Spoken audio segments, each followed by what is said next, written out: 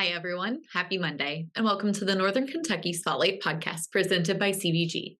I'm your host, Sarah Brookbank.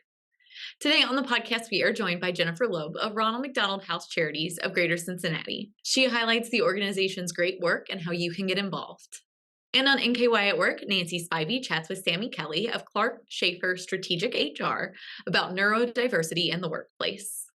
Did you know that the Outstanding Women of Northern Kentucky Awards are celebrating their 40th anniversary this year? Be sure to join us as we celebrate the Outstanding Women of Northern Kentucky, sponsored by St. Elizabeth Healthcare, on May 23rd at Turfway Park. These awards honor women who exemplify notable achievement, outstanding service, and the qualities of personal integrity, perseverance, and leadership. Meet our finalists and get your tickets at nkychamber.com/OWNK. Thank you to our podcast sponsors, CVG, our title sponsor, C-Crew Consulting, our digital sponsor, and our episode sponsor, Schneller Knockelman. Now, let's go hear our Northern Kentucky Business News Roundup from Link NKY, meet our members of the week, and hear a little bit more from our sponsors, and Nancy and I will be back with this week's guests. The Link NKY Business Roundup is sponsored by Payroll Partners. Business owners, CFOs, and HR pros just don't have time for hold times and hotlines. They need Payroll Partners. Welcome back to another Link NKY Weekly Business News Roundup. For Link NKY, I'm Noah Jones, here to fill you in on all the business news of the past week. Let's begin. Northern Kentucky natives Alex Tilford and Dylan Neff established Global Entry Spotter, a service aiding anxious international travelers in securing convenient interview slots for the Global Entry program. Global Entry facilitates expedited entry into the United States for pre-approved, low-risk travelers after an extensive application process and $100 fee. The interviews, typically taking 4 to 6 months to schedule and exacerbated by the pandemic-related backlogging. Tilford and Neff's platform scours over 100 enrollment centers worldwide, notifying their subscribers of available slots via SMS for a $25 subscription fee. Neff's personal experience with lengthy wait times inspired the idea, with the platform now offering data insights and attracting positive news since its October 2023 launch. Tilford views the venture as proof of their ability to provide meaningful solutions. Another Frisch's restaurant in Northern Kentucky, located in Covington, has closed permanently, following the closure of a different location in Erlanger last week. Frisch's, founded in 1939 and considered a Cincinnati area staple, currently operates around 80 locations across Ohio, Kentucky, and Indiana. The closures come after Frisch's was acquired in 2015 by Atlanta-based NRD Capital, a private equity fund specializing in restaurant management. The Kenton County Planning Commission has recommended the rezoning request for a development project in Independence, moving the final approval to the City Council. The proposed 110-unit condo complex called The Haven at Liberty Grove faced initial controversy over density and traffic concerns. Despite adjustments by the developers and traffic studies showing manageable impacts, some residents expressed long-term quality of life concerns. Nonetheless, the commission generally supported the development, acknowledging the need for housing and developers' responsiveness to public feedback. The stretch between Covington and Newport, known as the $5 billion mile, is undergoing significant public and private investments, including the Brent Spence Companion Bridge and various mixed-use developments. This concentrated development, blending commercial and residential spaces, presents a once-in-a-lifetime generation opportunity for the region, according to City of Covington Economic Development Director Tom West. The combination of public and private partnerships is driving transformation, aiming to create walkable, connected neighborhoods designed for pedestrians and bicycles while accommodating automobiles. That's going to do it for this week's Link NKY Weekly Business News Roundup. I'm Noah Jones, and I will talk with you all next week. Why would you travel to England? For football. To go or not to go? That is an easy question. To visit the land of Shakespeare. To take in all the sights. Authentic fish and chips. To experience arts and culture. 2 words, British Open. To visit my family. Same reason I go anywhere. For a pint of beer. To start my trip through Europe. Whatever your reason, there's no better time than now. Ranking on Google Search and Maps is easy to understand, but hard to do. It requires constant effort and attention, uploading new photos, responding to Google reviews, writing weekly posts, and checking suggested updates. Google listing optimization takes experience and time, and there are no shortcuts. C-Crew gives your Google My Business account the steady, consistent attention it needs to be effective, optimizing, updating, and expanding critical content every single week.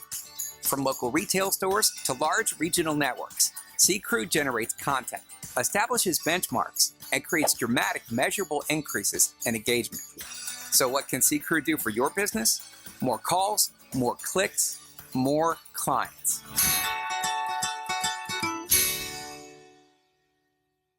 Congratulations to our members of the week. You can learn more about these businesses by following the Northern Kentucky Chamber on social media, where we will highlight one of these businesses each day. Now, let's meet our members of the week. Global Business Solutions is Greater Cincinnati's technology integration and management expert. They design, build, install, and maintain the technology for your business. The City of Crestview Hills' convenient location and low tax rates make it a great place to locate your business or to call home. Aunt Kathy's Early Learning Center provides early learning education for ages 6 weeks to school age. Grassroots and Vine is your destination neighborhood restaurant and wine shop to nibble, sip, and enjoy in the historic Midway District of Fort Thomas. Idlebrook Promotional Products was born in 1991 from expertise in building brands. They offer unique, quality promotional products, excellent service, and customer-focused marketing products. Hi, everyone. Today on the podcast, I am joined by Jennifer Loeb, who is with Ronald McDonald House Charities of Greater Cincinnati. Jennifer, welcome. Hi, good morning. Glad to be here. Yes, I'm so excited to have you on the podcast. You guys do such great work in the community. So let's jump right in. Tell us about your organization. Thank you so much. So Ronald McDonald House provides a community of compassion, support, and the comforts of home to families whose kids are in the hospital. So we are right across the street from Cincinnati Children's.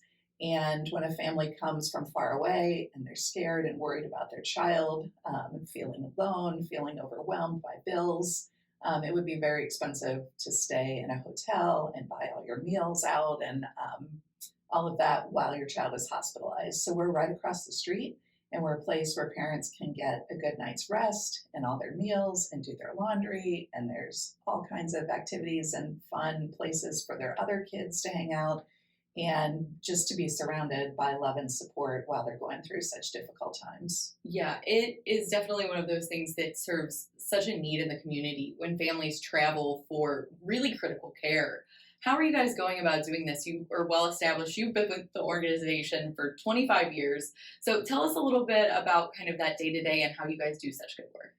So when you're supporting a loved one in the hospital, and most people can relate to this, whether it's a child or an adult, you know that it's completely draining to be worried for one, excuse me, but to be in the hospital all day and supporting that loved one really takes a lot out of you. Mm-hmm.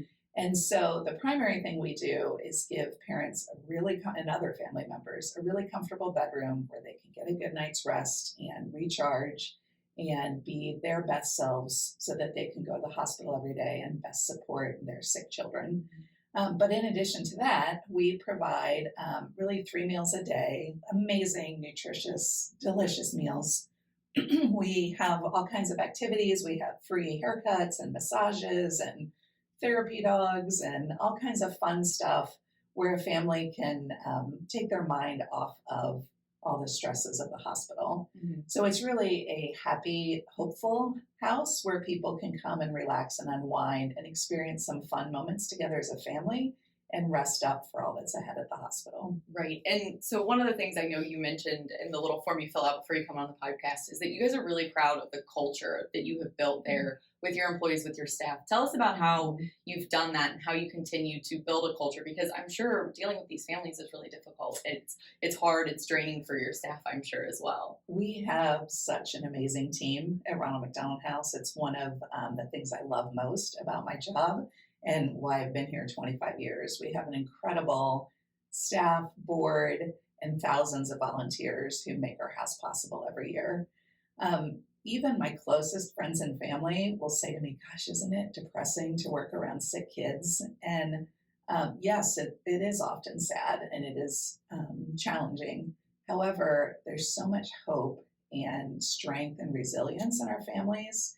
And I think that's what our team feeds off of. And they're there to support that and be there alongside our families. So what makes our team so special is that this team is smart, they're funny, they're completely dedicated. Everyone is all in toward doing everything we can do to take the best care of our families.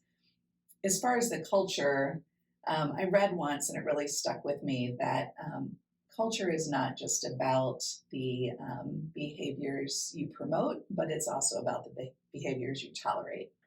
And so as a team and our leadership at the house, we've really been careful and conscious about what behaviors we promote and which ones we won't tolerate. And so over the years, we have just gotten to where everyone who works and volunteers at the house is meant to be there. And they're just amazing people, and the families really feel it, and you can feel that energy, like when you come in the house, that it's a calm and loving and welcoming place. Yeah, and that's so important for those families, I'm sure, too, who, like you said, are dealing with things that are very taxing, very draining, and they get to come to you guys and have a great stay. One of the things you mentioned is volunteers. So tell us a little bit about the volunteers that you work with and how people can get involved in Ronald McDonald House. We simply wouldn't be here without the time and generosity of our community, and our volunteers are such a huge part of that.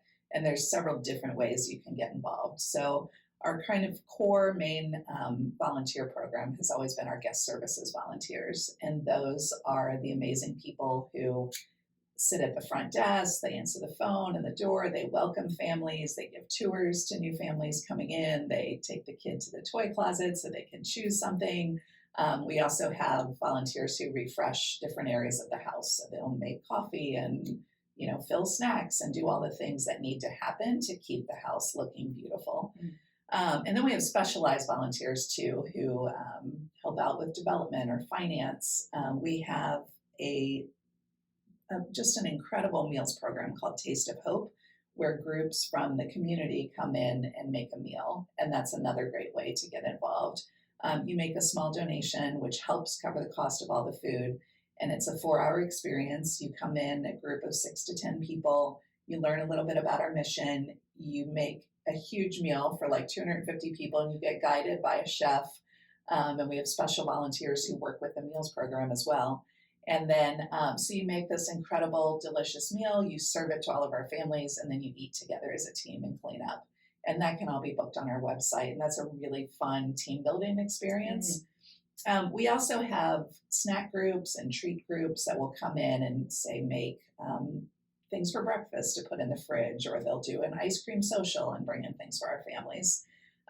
We have a Red Shoe Crew, which is our young professionals group.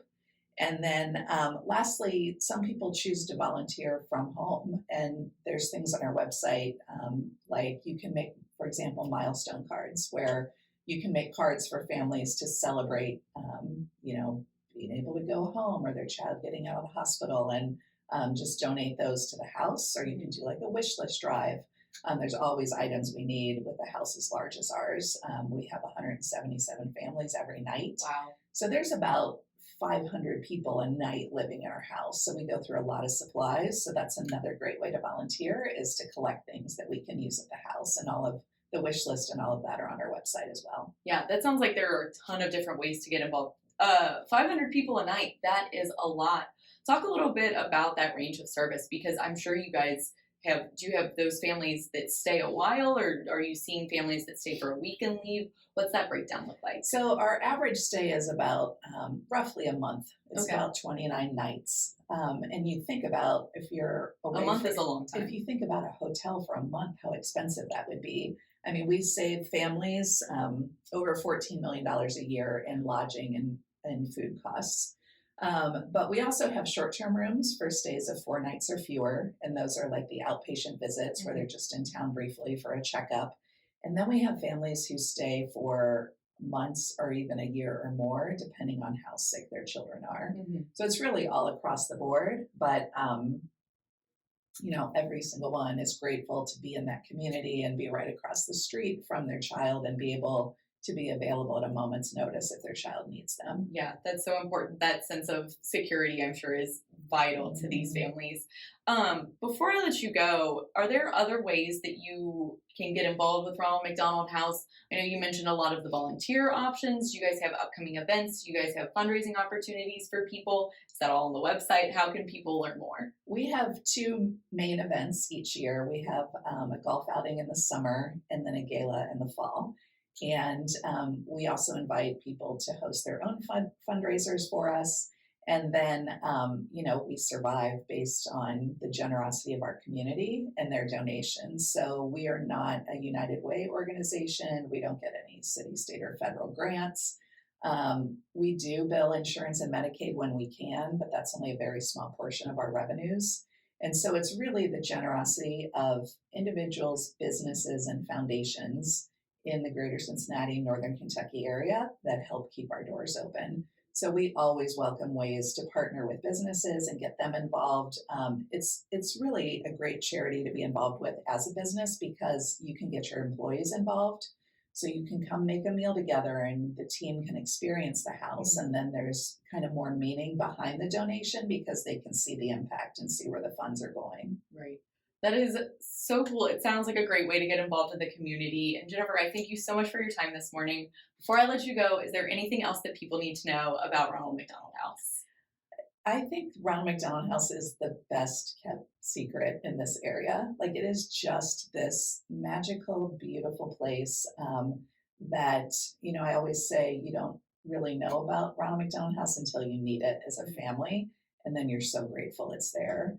But for me, it's been such an honor and a joy just to be a part of it all these years and to meet so many incredible people who make it possible based on their talents and generosity. It's just an incredible place, and we would welcome people to come visit and see it and be a part of it. Yeah. Well, Jennifer, thank you once again for coming on the podcast. I really appreciate it. Thank you for having me. It's been fun.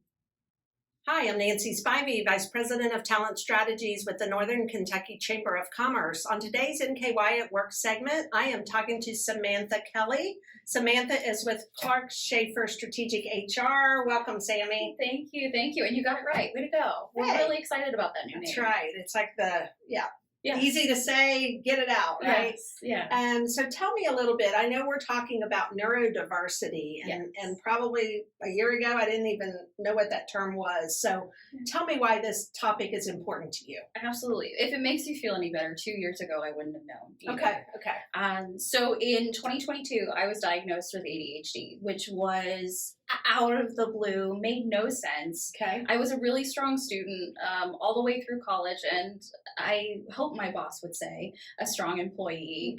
But I found that I was hiding a significant number of struggles, whether it was sending an email or trying to do some of the more minute tasks. And I couldn't figure out why somebody who was supposed to be quote unquote smart and capable, quote unquote potential, I couldn't figure out why I couldn't handle some of these tasks that I felt like I should be able to do with ease. Okay. And so in actually talking with my therapist, I made an offhand comment, and she kind of pushed me to pursue learning about ADHD. And lo and behold, I learned that I was one of those individuals. I had inattentive presentation, which meant all of the activity wasn't necessarily expressed physically, but was expressed in multiple trains of thought, anxiety and depression, hyperactivity in my brain, focus, a lot of intense things that I had found and touted as strengths for a long time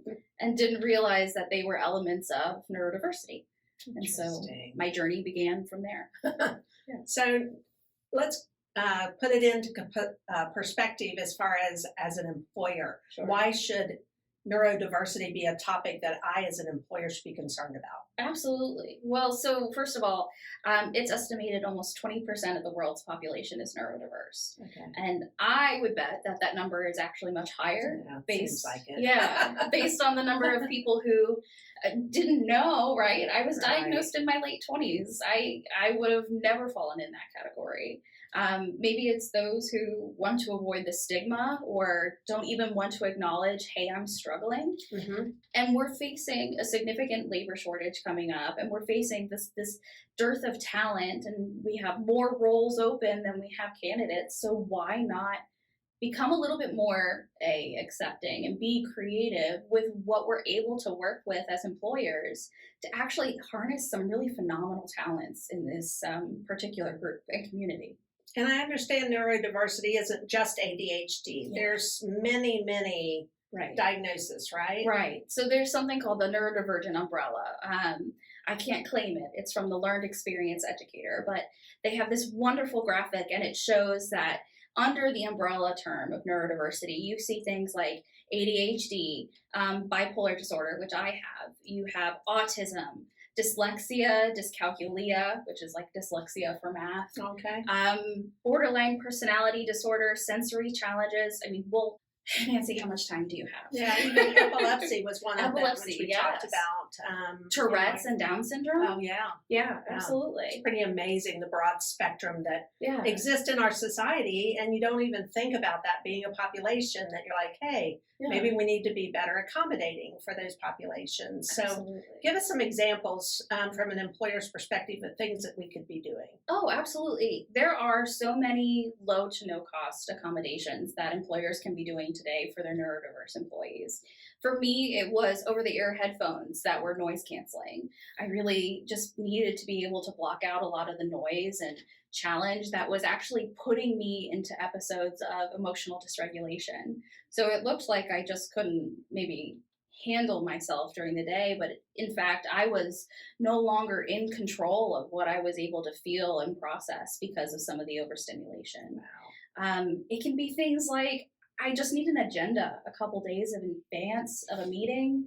Oh gosh, a reminder buddy to make sure that I take lunch. I don't think my dog at home counts, unfortunately. It can be just the ability to walk around and be comfortable. And these are easy. These don't cost more than, the headphones maybe are $50. Everything else is free. So having the ability to actually get up and move around or not sit at a desk or be stationary all the time. And then I know there's different needs for different populations, but also I know there was some discussion on the recent podcast I saw you on that focused on people in a manufacturing setting versus an office setting. And so I guess you can make accommodations for different situations, correct? Absolutely. For a manufacturing situation, like you mentioned, you could cross-train somebody. So not only are you extending your talent throughout the organization, but you're giving this person options and creativity and the opportunity to challenge their brain a little bit more.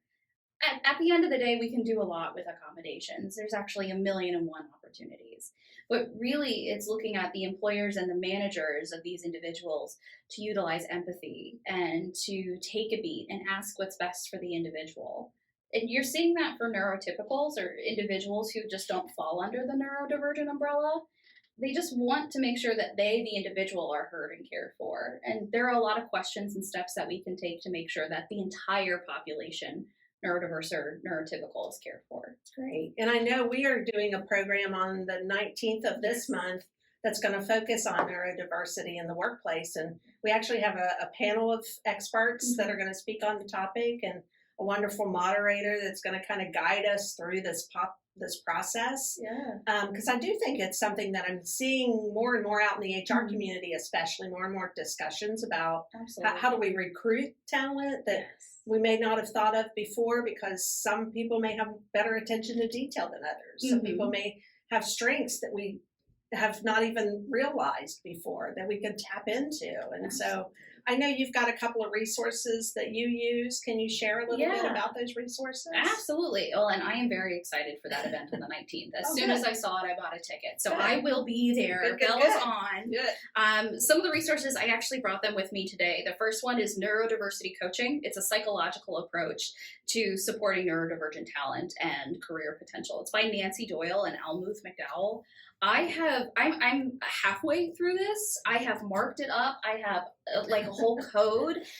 I love seeing the little tabs. The little tabs. Absolutely. It's been so enlightening for me, even in coaching myself, right? And trying to understand how I think and how I work as a neurodivergent individual. But if you're hearing that title and you're going like, okay, that's a little too high level for me right now, I kind of just need an intro.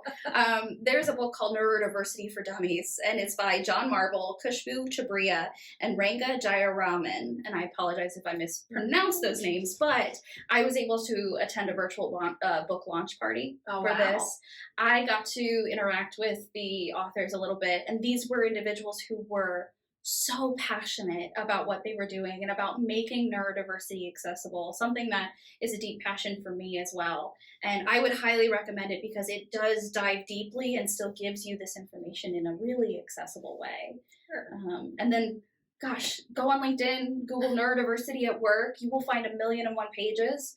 If you like to connect with me on LinkedIn, I've got a lot out there and more coming. So yeah, absolutely, there are some amazing resources. And I'm sure Clark Schaefer, Strategic HR, also does consulting on the topic. Yeah, and you can help with that as well through the employer, obviously, that you represent. So certainly very happy to have you on today. Is there anything else that I've forgotten to ask that you want to add? Gosh, I would just say that neurodiversity can sound like a really scary term. It can sound really intimidating. And I know that some of the diagnoses I listed earlier, they can be really intimidating from an employer's point of view. But if you want to be an employer of choice, if you want to be ahead in the competition for talent, and honestly, if you want to be that premier employer that people flock to because they're going to feel safe and feel like their work has meaning, embracing neurodiversity in the workforce is one of those ways. And I can't say enough about it. Great. I'm so happy. Thank you for being so open. Oh my gosh. I mean, to me, that's Thank you. refreshing. It's something I think all of us need to do a better job of. So thank you so much for coming in. Oh, thank you for having me. Hello, everybody. I'm Chris Knockelman, owner of Schneller Knockelman Plumbing, Heating, and Air. As we kick off 2024, I want to let you know about a major giveaway of a free system, a complete furnace and air conditioning system for your home. All you have to do is go online at skpha/2024 giveaway, and you can register, no purchase necessary, to win this complete system for your family. If you're not interested because your system is too young, please share this with your friends and neighbors so that they have an opportunity to win also. And if you're not in the market for a new furnace and air conditioning system, make sure you call us and schedule your furnace tune-up here for the winter. And just remember, call Schneller Knockelman, your family-owned company. Trust us, we're going to be there for you. Welcome back, everyone. Thanks for tuning in and learning a little bit more about Ronald McDonald House Charities from Jennifer, and about how you can support neurodiverse employees in your workplace from Sammy at Clark Schaefer Strategic HR. This is your friendly reminder to register for the Outstanding Women of Northern Kentucky Awards happening on May 23rd. You can register for that event now at nkychamber.com/events or nkychamber.com/OWNK. Thank you to our podcast sponsors, CVG, C Crew Consulting, and Schneller Knockelman. Finally, if you are a member who would like to be featured on the podcast, or if you're someone who is interested in joining the Northern Kentucky Chamber of Commerce, please reach out to Lynn Ablin. And if you're someone who is interested in sharing your workforce strategies and resources on NKY at Work, please reach out to Nancy Spivey. You can find their contact information on the screen in front of you if you are a viewer, and our listeners can find that information at our staff directory at nkychamber.com. Thanks as always for tuning in. I'll talk to you guys next week.